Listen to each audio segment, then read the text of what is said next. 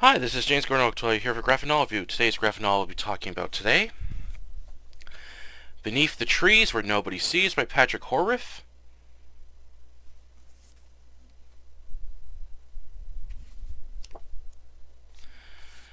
This was written and illustrated by Patrick Horvath and published by IDW in 2024. This is a brand new graphic novel series that I just recently discovered. Last week I was watching some videos on YouTube, but also I saw this one video pop up in my feed, and it's this one channel I've been watching that this guy does like comic reviews and in-depths on like characters and like comic graphic novels and stuff.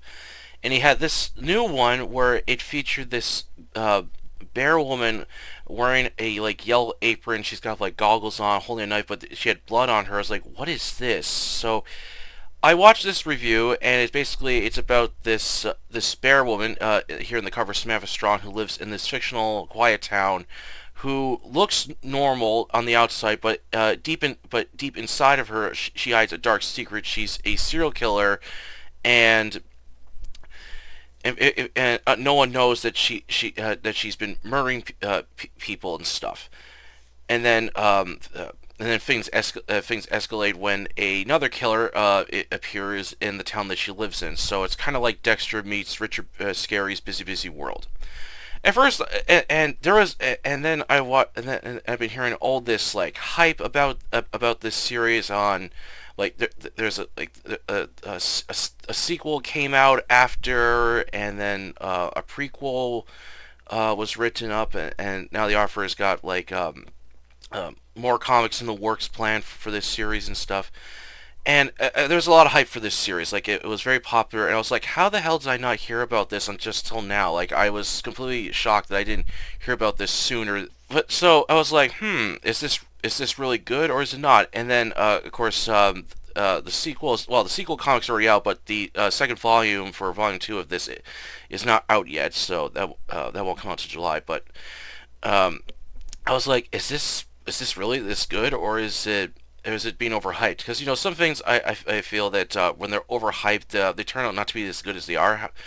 However, as the old saying goes, you can't judge a book by its cover. So last week I decided to check this out. So I went to Chapters, picked this up along with some other things, and holy shit, I really had a blast reading this. This was really good. I really enjoyed it. It was like something like finally new, fresh, different.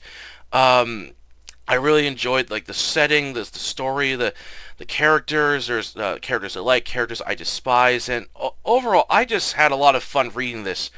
There were some issues I had with this. One of them is I felt that this story was too short. As I wish it could have been expanded upon a bit, just stretch it a bit more. As I felt like some things happen a little too quickly, just as it gets going good. I'll explain more about that and some of my other issues I had with this. But overall, I really enjoyed this, and I'm definitely looking forward to reading the sequel, Beneath the Trees Where Nobody Sees, Rites of Spring, and then the later series that's going to be coming out probably this year, and then and next year probably as well. All right, on to the review. Plot. In the quiet and peaceful small town of Woodbrook, residents are getting ready for the upcoming grand celebration of their town's 200th anniversary towards the end of September. Everyone knows each other, and rarely any crime happens here. One of its most well-known residents is Samantha Strong, a mid-40s bear woman who works at her hardware store.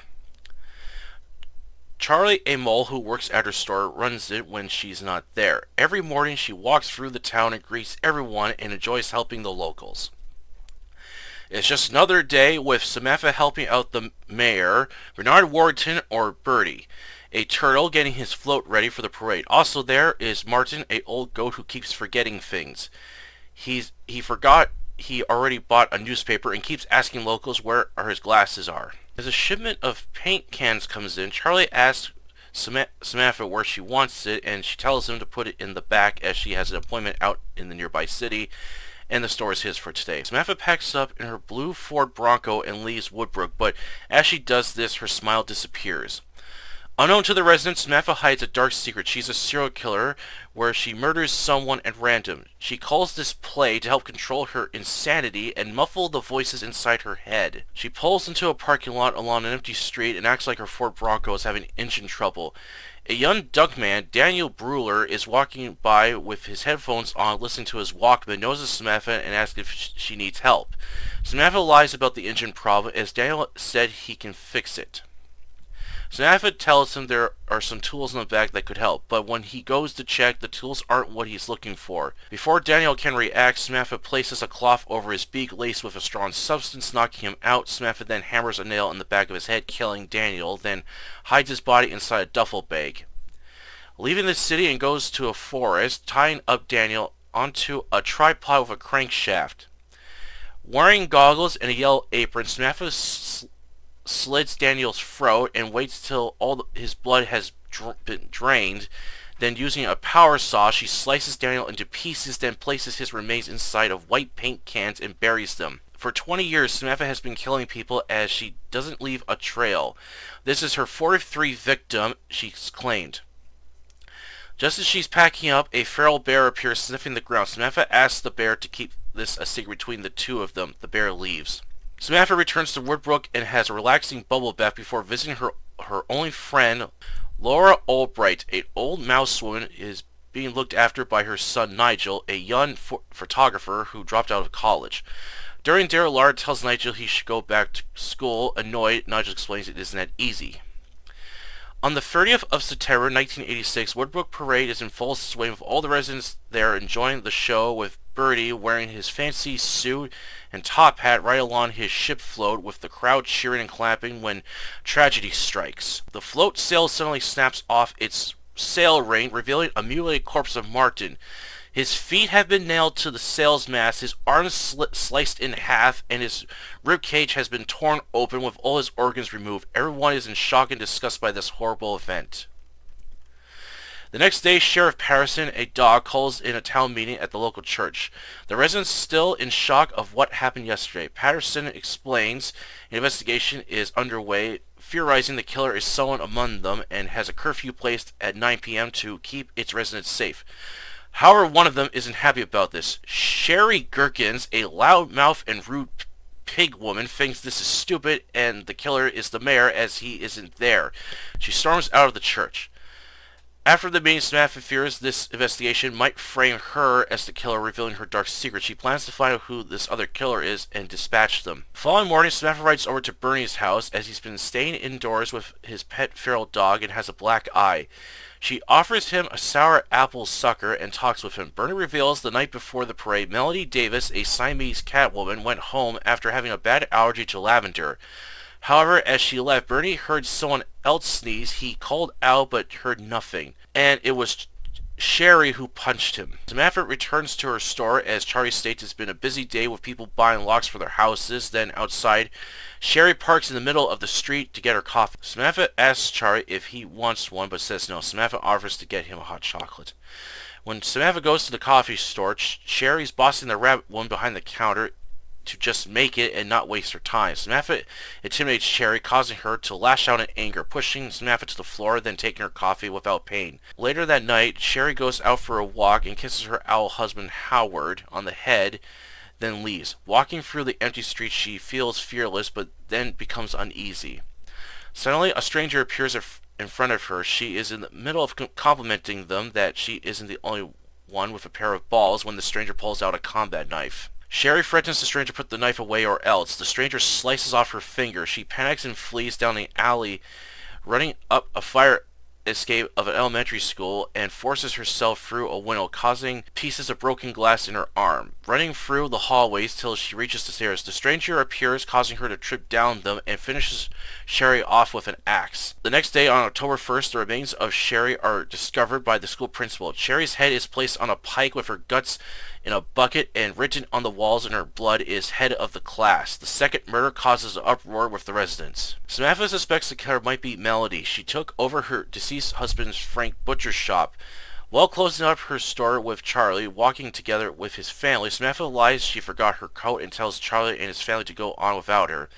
Taking a brick, she throws it through Melody's butcher's glass door. Samantha waits outside for Melody to leave, then picks the lock on the window and crawls inside. Using a headlight, she discovers life-size heads that look like Frank. Upon entering Melody's bedroom, Samantha finds a life-size doll of Frank in her bed. Suddenly, Melody returns home earlier than expected. Samantha hides in the closet. She watches Melody talking to her life-size doll like her husband was still there. She goes to take a shower, but as Samantha attempts to flee, Melody flicks on the lights and holds her at gunpoint. At first, Melody thinks Samantha is going to kill her, but Samantha confesses she thought she was the killer. Melody explains after the tragic loss of Frank back in '82, she had life-size dolls made to help her cope with her loss. Samantha promises she won't tell anyone about this as Melody orders Samantha out of her house. During the funeral, Samantha knows she has caused pain and suffering to her murder victims, but enjoys the feeling of it. However, the death of Martin has upset her. As the ceremony begins, Samantha hears someone sneeze from one of the residents' homemade lavender perfume. When she glances over, it's Nigel. Samantha rides to Laura's house with cake she bought at the local bakery. Laura is deeply disturbed about these tragic events, but suddenly feels ill, with Nigel taking her upstairs to rest. As Nigel returns, Samantha confronts him, knowing he is the killer. However, Nigel likes the feeling of being startled. He explains that he couldn't stand people at college as they felt phony. He wasn't sure what he'll do while looking after his mother, but took a liking to Samantha as she was different from everyone else. Then he began following Samantha wherever she went, and even one of her trips to the city, discovering her dark secret. Nigel was thrilled to discover someone like him, revealing his dark desires to kill, and committed the gruesome murders to get Samantha's attention, hoping this would impress her, and they could become partners. However, Samantha is outraged that he followed her and learned of her dark secret, and why it's wrong to murder locals as it's ruining this peaceful town. Nigel lashes out in anger, calling her phony, and smashes a teacup set. Laura calls out, asking if there's something wrong. Samantha leaves feeling disturbed that Nigel has been stalking her and has become part of her life. While at work, Charlie is in the middle of getting out a paint can when Samantha suddenly notices blood on it. She lies that it's the wrong paint and gives the resident a different paint can. Charlie feeling bad, stating he should get new glasses. Samantha kindly says not to be too hard on himself and to go home early. After Samantha closes her store, she checks the paint can to find a severed hand, knowing Nigel put it there. During that night, Samantha has a nightmare of carrying the severed hand, with the residents following her, including Nigel. Then Daniel appears, with Samantha picking up a knife and slitting his throat, causing the residents to grin with glowing eyes. Then Samantha is devoured by feral bears, waking her up. The next day, her whole world comes crashing down when there has been another murder at her store. Samantha stops to see people gather outside, with police trying to keep anyone from entering. Nigel snaps a picture of Samantha with his camera, telling her the awful mess he made with Charlie, and she should have been nice to him. His wife is asking if her husband has been hurt badly, with one officer vomiting at the site of the crime scene. Charlie's head has been chopped off and sliced in half with a saw blade placed on the front counter. Police also discovered several body parts inside the paint cans as Nigel dug them up. Samantha flees, with Sheriff Patterson putting out an alert for Samantha. As she goes into hiding, the ghosts of her victims begin to haunt her. Can Samantha outsmart Nigel before he kills again, or will her dark secret finally be revealed to everyone? Beneath the Trees Where Nobody Sees was a dark, edgy, and brutal crime and horror thriller with lots of violence and gore that I really enjoyed. From its well-drawn illustrations to its well-crafted and layered characters, there was never a dull moment within this graphic novel. Patrick's bright, colorful illustrations of Woodbrook and the city really pop out while reading it, along with its gruesome moments. The cast of characters was very interesting. Samantha Strong appears to be normal on the outside, but deep inside of her is a dark twisted mind as she gets off on her murders. She is cold, heartless, with no remorse for anyone she kills. However, the only shred of passion she has is for the residents of the town of Woodbrook, the only place she cares about. However, when her world begins to shatter around her, it reveals how disturbed she is. Nigel was a smart yet savage killer, a person who is bored with his world and being around phony people, discovers his inspiration when stalking Samantha, a woman he has a crush on, and is even turned on more by the fact she's a killer, causing him to murder with the hopes of earning Samantha's trust. But after his rejection caused him to lash out in anger, believing he can outsmart Samantha. However, he is very cocky. There are very few characters we come to know within the story. One of them who I hated was Sherry, a mean, loudmouth bitch who pushes, takes, and threatens anyone who gets in her way. Her death was one of the best moments of the story. However, while I did enjoy this graphic novel a lot more than I thought I would after discovering the hype for it, there were a few issues I had with it. Some of the characters' heads I felt were drawn too big like they're balloons, and other Arfolio characters lacked tails. I felt the reveal of who the second killer was too soon, as I would have preferred if the suspense was built up more, with Nigel causing a higher body count within Woodbrook, then towards the end reveal who the second killer is, along with showing more scenes of the residents being butchered by Nigel.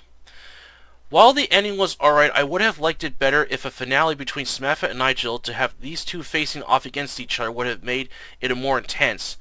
My other complaint is I felt the story was too short and wished it was a bit longer. One plot hole I had with the graphic novel was how Samantha is able to fit body parts within paint cans, as there's no way you could fit a torso, a waist, or other large parts of a body, and not removing the victim's clothing would also make it more difficult to cut through. I wish Patrick chose something else bigger to fit the larger body parts that would be a little more believable. Despite these issues, I really enjoyed Beneath the Trees Where Nobody Sees. It is one of the best new horror reads I have read in a long time, and highly recommend this graphic novel if you're looking for something new and different to read. If you like seeing characters in a colorful world being murdered in a brutal ways with a deadly serial killer, then check out Beneath the Trees Where Nobody Sees. You won't be disappointed. Alright, that's for the review today. Hope you enjoy it, and I had a real blast reading Beneath the Trees Where Nobody Sees. As I said before, I had just discovered this recently last week, and I was completely shocked that I did not hear about this sooner, as this came out like 2 years ago. And I was like, how the hell did I not hear about this series? And then I was watching these reviews. There was all this hype for it, and I was like, is this really that good or is it not? But as they say, you can't judge a book by its cover. You have to read it to see what you think of it, and I'm glad I did pick up a copy of it. This has turned out to be better than I expected it to be. I really like the setting of this graphic novel. Like, it takes place in this small, quiet town where nothing happens, and some may find that boring, but that's how Samantha wants it. She likes it peaceful. It just helps keep her insanity intact while hiding this double life that she lives as a serial killer. And I really like the opening scene here where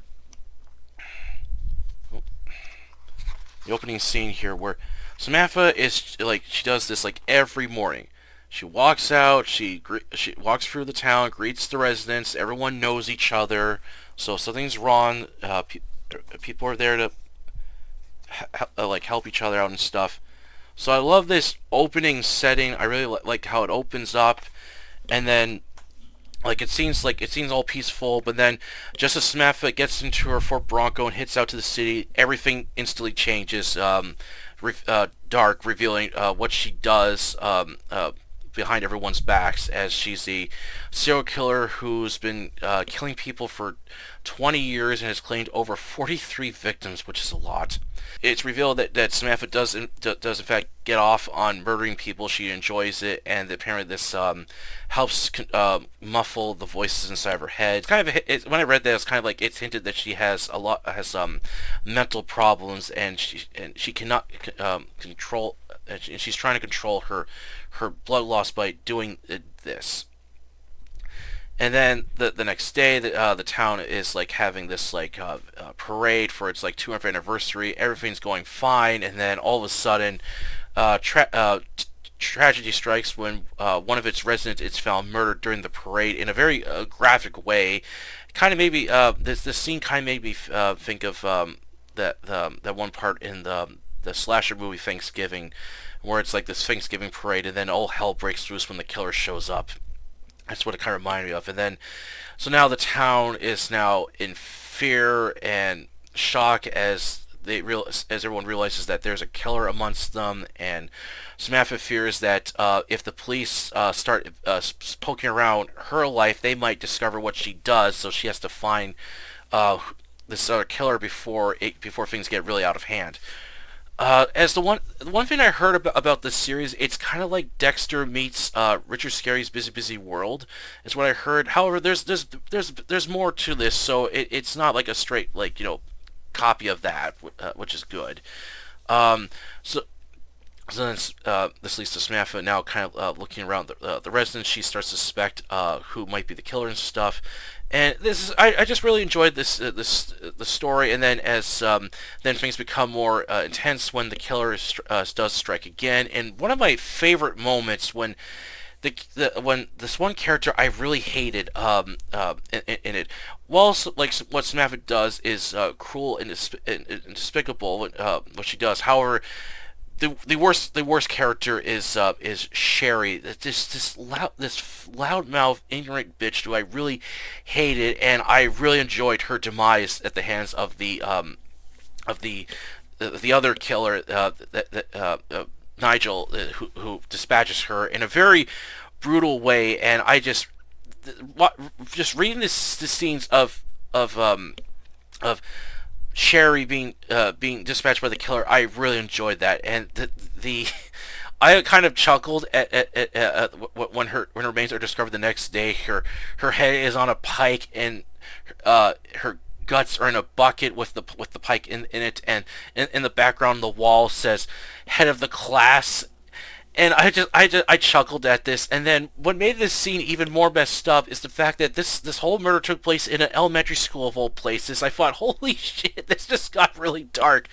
And I was like, thinking to myself, oh, could you imagine if that scene went completely different, where the kids are about to enter school, they open the door, and the very first thing they see that head. Oh man, the poor children have nightmares from that. But I really enjoy that. I really enjoyed that whole scene. I wish it was a little longer, because I just really enjoyed just watching Sherry just basically acting like this mean tough woman, and then instantly completely panics when the killer appears and dispatches her. I really enjoyed that. As I said, one of my issues with this with this graphic novel is I felt it was too short. Like, I wish it had more characters that Samantha suspects that could be the killer, and then as she's doing this, then more murders begin happening, which leads her to narrow down who she thinks the killer is, while also being investigated by Sheriff Patterson, and maybe some of the locals suspect that she might be the killer and stuff. I wish I had more of that to just kind of like stretch out the story a little bit, just to add more suspense to it, and then have near the end where it reveals who the second killer is, not who is Nigel. Um, I just felt the reveal was just like too short. It's like right after the second murder, Samantha figures out who is the killer, and I wish it was stressed. I wish that was saved to near the end, so to make the reveal better. And then when we of course meet Nigel, who basically is this like smart yet very dark, cunning character who. It's not revealed what he was doing in college, as we don't know what he was going to do after, but he had trouble fitting in, and he just felt people were fake, and he didn't like that.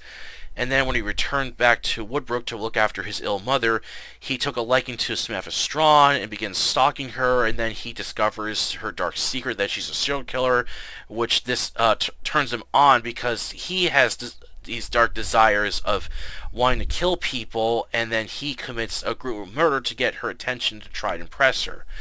And I just kind of wish it revealed that maybe he developed an interest in serial killers, and he was curious about experimenting himself, and then as soon as he saw Samantha do it, it really inspired him to do it himself. And he is like an absolute savage. Like, his murders are more brutal than Samantha's. Like, well, what Samantha does is despicable. Like, just killing people and then cutting them up into pieces. I do.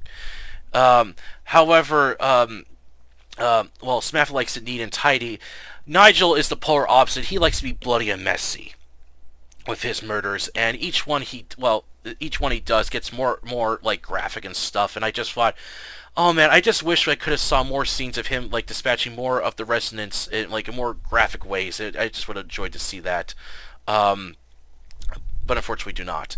So I just wish that, like, we could have had more of that. And then I felt like the finale, I felt the ending, I felt was it was okay, but I just kind of I felt it would have been so much better if it was like like a showdown between Samantha and Nigel confronting each other, and these two killers are trying to outsmart each other. Like I thought that would have been a better ending, and then like the whole like they have this like brutal fight in the house or something.